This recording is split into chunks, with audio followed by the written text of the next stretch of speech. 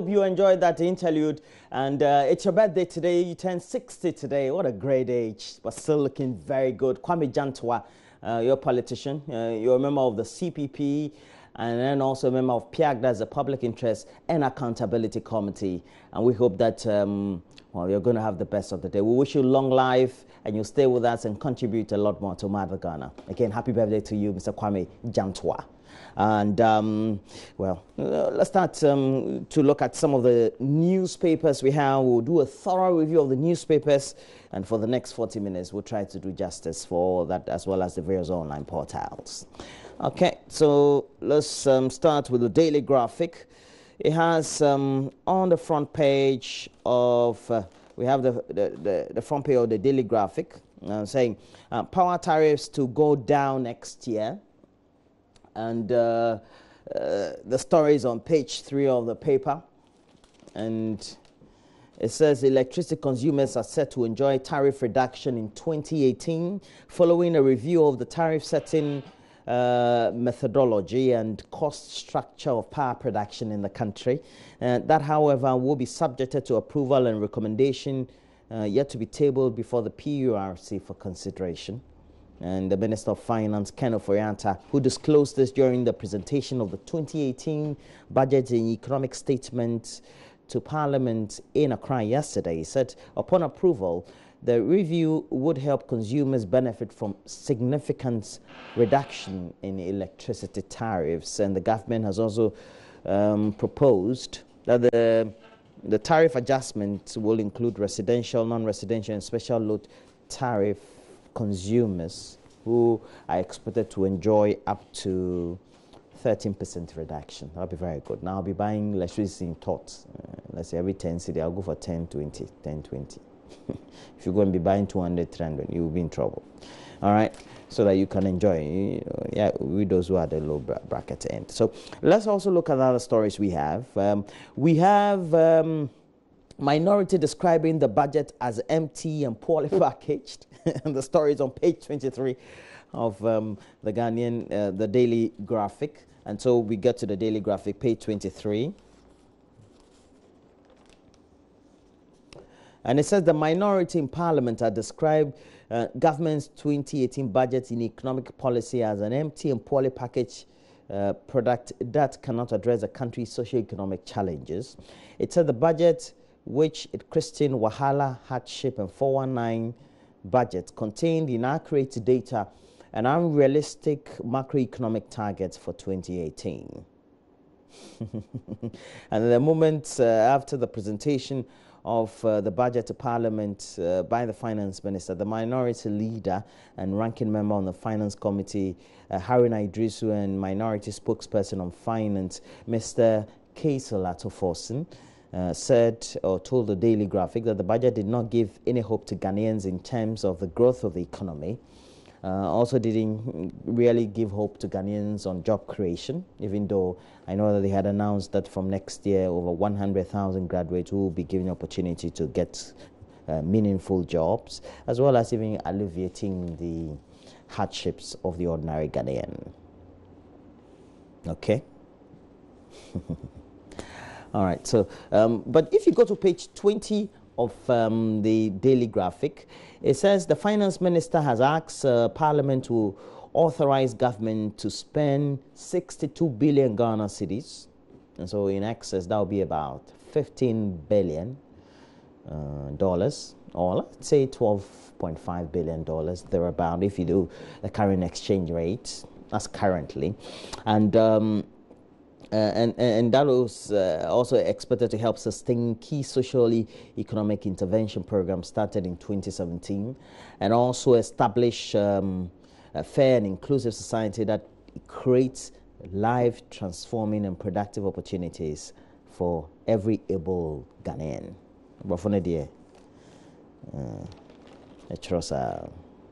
There's a radio station that has been closed down. It's called Radio Dam. And it's 104.9 FM. Radio Dam. I don't know where it's located. They haven't stated where it is located, where it operates from.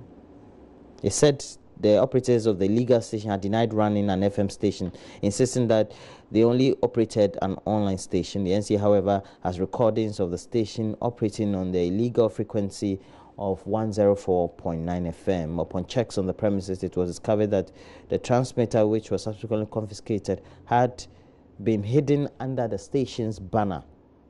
It said the NCA consequently issued a cease and desist order to the operators of the frequency. How did they get the frequency in the first place? Wow. Okay. The Chief Justice, Ms. Sophia Kufu, has hinted that her office is holding discussions with the administrator of the District Assembly's Common Fund to construct courts in the various MMDAs that do not have courts. That's a good thing. She said it was the statutory responsibility of the district assemblies to provide structures for courts in their districts, and the office was therefore in talks with the Common Fund administrator to use part of the allocations of the various district assemblies to build courts and also refurbish those that were in deplorable conditions. That looks like a good one, if you ask me. It's not bad. It's not bad. So those are pretty much the stories we have as far as relatedly to the budget. I think most of the issues and the discussions this morning will be from the budget. But we have IFS. That is, they call the institution the Institute of Fiscal Studies, IFS. And they say revenue measures not enough to address budget shortfalls. And you have a picture of Dr. John Kwache. It's in the center spread of the Ghanaian, of the Daily Graphic. I don't know why I keep and it says the Institute of Fiscal Studies, as IFS, has said that measures outlined in the 2018 budget statement are not enough to tackle the revenue shortfalls recorded this year. And we've had some massive shortfalls, close to 4 billion, we're told. And the 2018 budget statement announced some revenue measures, which included the review of the suspense regimes, the implementation of the excise tax bond policy, extension of the requirement to produce tax clearance certificates for large private sector contracts, and improve property rate collection. But the senior economist from IFS, Dr. John Kwache, told the Daily Graphic Graphic Business that there were many more measures that the government could have introduced to mobilize enough revenue. And these are the experts. Dr. John Kwache used to also undertake a number of project or work also for the Institute of Economic Affairs. So he has great experience, has lived outside the country, teaching in various universities, and still does and across the globe. So we'll see how that goes. But let's go to the Ghanaian Times. The Ghanaian Times has on the front page 2018 budget, electricity tariffs to go down, same like what has been captured by the Daily Graphic in its front page. It says more jobs to be created, but minority describes the budget as Wahala budget. But we have some key indicators that have also been outlined well. What kind of information highlights? Overall GDP growth rate estimate is 6.8. That's what government, that non-oil GDP rate is supposed to be 5.4%, and end period inflation rate of 8.9% is expected to be achieved, and fiscal deficit to be reduced to 4.5% of GDP. Now, we also expect to have a voluntary education fund to be established, special prosecutor's office to take off, 200 tractors and 1,000 power tillers for farmers, etc. So we'll have great things to talk about when it comes to our discussion this morning. We're going to have great issues to also discuss, and we hope that can give us a lot more education as far as that is concerned. So we'll do all that very soon, and then let's look at the back pages of let's do a back page of the Ghanaian Times. GSS to conduct agri census in 2018, and the GS is the Ghana Statistical Service, but it says from next February they will undertake an agriculture census to provide accurate information on the sector. That'll be very good. We need to know the number of subsistence farmers we have, how many women are involved in farming, etc., etc. So great issues to discuss. All right. That's good. This looks good. Now we have 10th Global Health Summit begins in Accra. That was a good one. So you just have to grab a copy of the Daily of the Ghanaian Times to know what they're talking about. My favorite newspaper, though, is always the Daily Guide. It has on the front page, a Juma budget daisies NDC. They always go the tabloid style. So I always love reading the stories that they publish always. A Juma budget daisies NDC. All right, 350,000 jobs coming. Light bills down. You know, if you have to do a voiceover over this. A Juma budget, Daisy's NDC, 350,000 jobs coming. Light bills down. And Mugabe deposed by soldiers. We all know what's happening. This morning I was listening to a story on the BBC. It says they're trying to negotiate the future of Robert Mugabe. You know, Robert Mugabe is 93 years old. He's already in his future. His future is off, so I don't know which future they are going to negotiate again for him.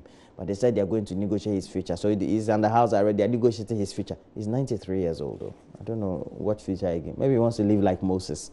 NCA shuts down private radio station, though. And we told you it's called Radio Dam, they said. They said initially they were operating, or they had told the NCA they were operating on the internet. Apparently, they had some transmitter somewhere, hidden somewhere. All right. So, and then we also have on the center spread of the Daily Guide. I always like reading the center spread. It says photographer apologizes to Lupita Nyong'o, and it says the photographer who airbrushed part of Lupita Nyong'o's hair from a Grazer magazine cover has apologized. All right. So this is it. She had hair, some hair small. The photographer cropped it. They used Photoshop or Corel. I don't know how they do it. And just cropped it off. So apologize. Now we have Dinah Asamoah Snobs Mary Ajimine. Gospel musician. They are fighting. Nikki Samonas opens up on masturbation. You know, I always love the center spread of the News One pullout of the Daily Guide. Very beautiful. And then I can't read everything here because and then there's a Tanzanian actress who has been sentenced over the death of her boyfriend. It says a popular Tanzanian actress Elizabeth Michael Kimemeta, commonly known as Lulu, has been sentenced to 2 years imprisonment for unintentionally killing her boyfriend. The boyfriend, a former movie star called Stephen Kanumba, popularly known as The Great, died in April 2012 after he allegedly fell in his bed in the early hours of the morning. She confessed to quarreling with Kanumba, alias The Great, but she denied causing his death. It was a high-profile case, I'm told, in Tanzania. If was walk to remember at Miss World top model, if we see Dua Krofi on Miss, wow, beautiful, beautiful, beautiful, beautiful. On the back page, though, the celebration of the 5 years passing on of Ghana's former Vice President Alhaji Aliyu Mahama. That's a good thing. Now, let's look at the Daily Dispatch newspaper. It has on the front page, for writing about the military police charge. Daybreak editor for causing fear and panic for writing about the military police charge. So there's a charge on the Daybreak editor, newspaper editor, for writing about the military police. Dr. Ubu asks, does breast sucking prevent breast cancer? Please, it's all in there. But the stories are all outlined adequately on the back page. On the front page, we have 2018 budget. On the back page, 2018 budget, minimum wage scrapped, but special import levy stays. And then we also have the Business Finder. It's the next paper we're looking at. The Business Finder has a story, 2018 budget to stimulate growth. Macroeconomic indicators on track. And I kept telling you some of the macro indicators were, in terms of what we hope to achieve, a growth rate of some 6.8% with without oil, we expect it to be around 5.4%. And then also we expect, that's the year-to-year inflation, end-year inflation to be around 8.9%, and then have a fiscal deficit to be reduced to some 4.5%. That's per GDP, what we spent, overspend actually. All right. And then also voluntary education fund to be established. That's a good thing as well. So free SHS, we want to enjoy it, but we have to contribute to it. I'm thinking that we should add extra 1% or 2% to VAT. Then we give some to national health. Then we take another 1% for, because that will make everybody contribute, really. But if you say that it's just a voluntary fund, we should just have added that. All right. Housing, we're going to have 1,000 units for each regional capital. Looks very ambitious. 1,000 houses. Oh, okay. I didn't keep track of that one yesterday. But let's look at the Today newspaper. And we have on the front page again the subject of the budget. 2018 budget, economy to grow by some 6.8%. That's a good thing. But minority insists these are unreliable promises. Our educational system and the privileges there and now. So all on the front page. And Tema records 1,000 diabetic cases yearly. We have two types of diabetes. We're told lifestyle contributes greatly to how we also, and then sometimes we inherit it or we acquire it. So something we all need to know about. But let's look at the various online portals. So we'll go to the various online portals now. You go to myjoyonline.com. It says, hallelujah for proposed electricity reduction, but Harry Naidu says warning, but.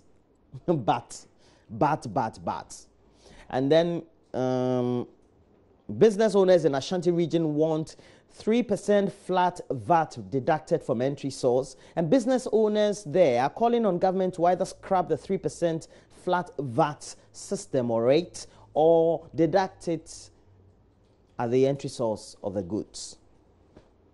So at the ports. They don't want to be paying double for it. Because usually for importers and many industry players, they have to do a lot more with imported goods. I mean, if you manufacture the shirt locally, it would also mean that you may have imported the raw material from China or elsewhere. And that's a huge problem for them. So now let's look at violent shepherds, the ugly story of clashes between nomadic herdsmen and farmers is also a raging issue, has been a constant issue so far. And we'll see how we will deal with some of these difficulties the communities are facing. There's an article that was written by a colleague, it's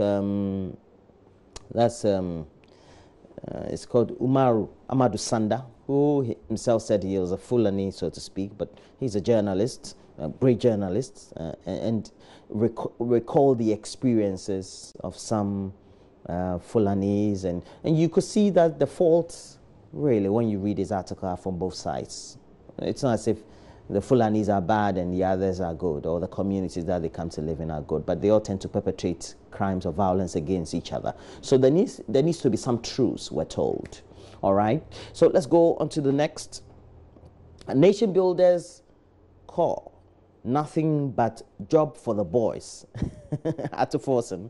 And the minority spokesperson on finance, Atoke Forsen, said government plan to hire 100,000 unemployed graduates is a job sharing scheme of Party Faithful. Not bad. Party Faithful also Ghanaians, I have to reply. So, right. If you're able to sneak in and say that, well, I don't know whether they will be employing based on party cards, but whatever it is, to say that you're a party. I'm not saying that it's just an allegation from him, though. So I think 100,000 jobs, if it's achieved, is a good target. Sam George, Ifiakoto, in nasty Facebook finds, and apparently the NDC Nigo Prampram MP Sam George and Deputy Maslock CEO Ifiakoto have locked horns on social media in a nasty fight. Social media, people just get outraged on social media, you know, Facebook and the rest. But we also have a Facebook page, though, just in case you don't know. It's JoyNews on TV. We stream live there, so please go on to Facebook And as you're on Facebook, go look for Joy News on TV. It's where you can get all the best and the rundown of everything that has been happening so far. I think that you need to go there. So now let's look at Patrick Ewa winning prestigious Wise Prize for Education. And the prestigious Wise Prize for Education has been presented to Mr. Patrick Ewa. He's the founder and president of Ashesi University College, a private not-for-profit institution that, not-for-profit, is it free? You get a van. Oh, is it? I think my producer needs to tell me, is it free or not for profit institute that has become one of Ghana's? Ashesi school, one school fees no years no. Next story, no, not for profit. We didn't say he's making profit though. Meet Ghana's 27-year-old PhD holder. Where did you attend? Where did she attend school? Kajano Community Day School or where? Meet Ghana's 27-year-old PhD Gloria Opoku Boating. Okay. Osedu. But let me see the school.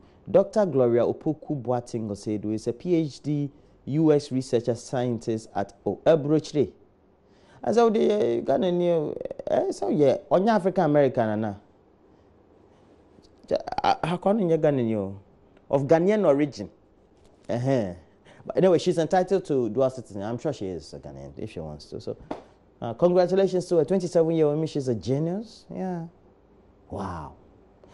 If my lead producer, Derek Ekosam, had strived to go continue education, be PhD holder, we won't be facing the problems we're facing. It's a serious thing. Let's go to the next story. 27 years old. I think even Eko is... Eko, this is your age mate, oh. Let me see. Please go back. 20. I think Eko is 27.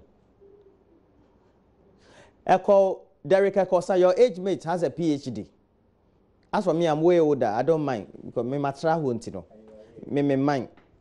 But you know your age mate, 27. You are here every day shouting in my ear, blasting me, small boy. Okay. Now let's go on to, I think, can we go on to 7? Let's go on to the 7th one and see what story there. Okay, we've looked at this. So let's look at our own Kwete Nate to address Global Investigative Journalism Conference. Most of you don't know, it means that the podium has to be lowered for him. It's not going to be a bad thing. Because if they have other people who will be addressing the conference who are, you know, of marginal height, it's going to be a problem. So Kwete Nate will be addressing. We'll see how that goes. Kwete Nate, congratulations to you. Yeah, it is a global investigative journalism conference in South Africa. Many of you don't know him though. He likes hiding his face, so many of you don't know him. But I'm telling you the way he looks. So please, if you want to look for Kwete Nate, when you see anybody who is a little this thing, don't just be when you see the person say Kwete Nate, Kwete Nate. Now let's look at City FM Online. And City FM Online has our effort ended Doomso. And it's from the Deputy Information Minister. And yesterday I interviewed him, I kept referring to him as the Deputy Communication Minister, so he had to correct me before he left. Kwejo Opon Nkrumah. He's also a member of Parliament for Ofuasia Yerebi. He's also a lawyer. And he says that, look, NDC didn't, they actually perpetrated Doomso. We, MPP, we stopped Doomso, ended it, kaput. And so that story is also captured on City FM Online. But we have other stories. Don't smile yet over insignificant electricity tariff reduction, according to Harry Idris. So I don't know if per kilowatts and Charlie or some small money, 1 CD, there's a reduction. If you put it, you do the aggregation, that's plenty. I don't know, but Harry Idris is also my good friend. So somebody I also look up to. So I say he's doing his work as the opposition leader. This is normal. Let's look at the other story. It says 2018 budget full of slogans and half-truths. And that's coming from the Minority Chief Whip, that's Haruna Muntaka. Or is it Deputy Minority Leader? Getting the positions wrong. Okay, our 10 months achievement after Mahama, it's a miracle. And he also said something. He said, look, what they have achieved in 10 months, and this 8 years, he never achieved that. I know that this rattled a lot of feathers in the NDC, but stop corruption to ensure efficiency. Chambers to African leaders, and Dr. Ibn Chambers was one-time member of parliament, one-time minister, but he's also a diplomat, has been working with the UN, used to work with the ACP, you know. Charlie, I said the money load. Load wow. All right. So they all have the infographics and everything. The City FM, they always do that. Let's go to the Africa page of the BBC. It's interesting, though. Africa page of the BBC. So this was just, it's not Somalia. This picture you are seeing there is not Somalia. Not Somalia, Bachau, not Somalia. It is not also DR Congo. This is Zimbabwe. And apparently, Robert Mugabe is under house arrest. And we're told that the South African leader, Jacob Zuma, called and has sent an emissary so that they try to negotiate the future of Robert Mugabe. What I keep saying is that Robert Mugabe is 93 years old. I think his future is over, but they are going to negotiate his future more. Moses lived long. I don't know. Moses lived for how many years? 100 and... I think I need to. 100 and... So Mugabe is 93, but they are going to negotiate for his future. I don't know which future again, but it's just on the side. But it's captured. Zimbabwe takeover seems like a coup. The military moves to seize power with veteran President Robert Mugabe. Veteran. The president, why veteran? It's a president. President Robert Mugabe under house arrest. And we're told that they have other inserts, so please go to BBC. Zimbabwe crisis explained. Thanks for taking out the tyrants. The polarizing Gucci Grace and the key players in Zimbabwe. Charlie. Did Robert Mugabe go too far? Oh yes, long time. And then they have views from ordinary Zimbabwe. Say, thanks for taking out the tyrant. People in the Zimbabwe capital, Harare, they've reacted to the news that Robert Mugabe is under house arrest. Abreno, Adain. We're tired. But let's look at what is trending on the other social media sites. So we have other stories also to look at. But let's go to the world page and see whether that story will also be captured on the world page of the BBC. But really, it's not going to be an issue. Let's see. Aha. Serious tank. You think this is 37? It's not 37. It's Zimbabwe. You think this is Somalia? DR Congo. Chad. It's not Chad. Zimbabwe awaits next step after takeover. The future role, this is what fascinates me. A future role. The man is 93 years old. It's a future. The future role of Robert Mugabe and other key figures remains unclear after the army stepped in. Chai. And then we have other stories. France invites Lebanon's embattled Hariri. The Lebanese prime minister and his family are invited to France after his surprise resignation caused a crisis. And Da Vinci artwork sells for a record 450 million US dollars. Common artwork, Ghana people. When we want to approve this loan, we will insult each other. NDCM people don't insult you before they approve 450 million. Only one artwork, 450 million. If we, Ghana, we want to approve 450 million, NDCM people don't insult each other. You understand? Look, Salvatore Mundi, reputedly painted by the artist, is sold by Christie's, and Christie's is in New York, and Sotheby is in the UK. It's an art colletion and auction house. That's what basically Christie's and Sotheby. That's what they do. They are selling one artwork. 450 million. No. So for 450 million US dollars, that's how much the artwork is going. You can imagine. Ghana's parliament approved 450 million to go on for 1 month. Banta. It's not easy. Only one artwork. Please, if your son is a painter, encourage him. I don't know whether African paints can cost even 100 Ghana cedis in the future, but don't worry. You never know. And so we have other stories there. But the Zimbabwe crisis again is well explained. So there's a woman, though, who apparently had the tattoo of Buddha. You know, the god Buddha in Far East. And she won a competition. She's an European, though. But don't worry. So those are the stories we have. But I think now be it. But let's go to the other social media links and try to see what really is trending. So we go to Twitter, if we can, Twitter. And you know, we have a Twitter handle. It's called at JoyNews on TV, at JoyNews on TV. So let's go to Twitter. Twitter. I have a Twitter. Oh, it's not ready. Let's. Okay, it's okay. Fred. Fred is our lead. He doesn't know how to go in Twitter, so forgive him. But let's go onto the prompter and look at some stories. And we have to bring you the latest sports stories next.